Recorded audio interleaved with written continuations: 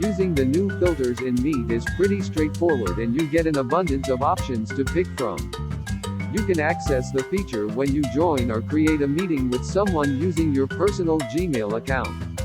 Once you enter the meeting screen with permissions given to your camera, you must make sure that your camera is enabled. If you entered the meeting with your camera disabled, the new effects option will be unavailable.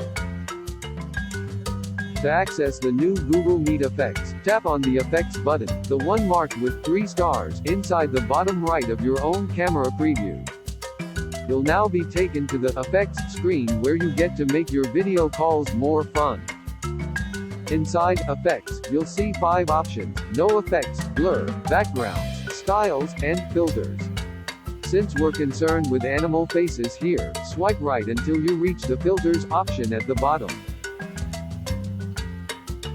When you land on filters, you'll have a bunch of options to choose from, like a cat, dog, purple elephant, fish, toad, an alligator, and many more.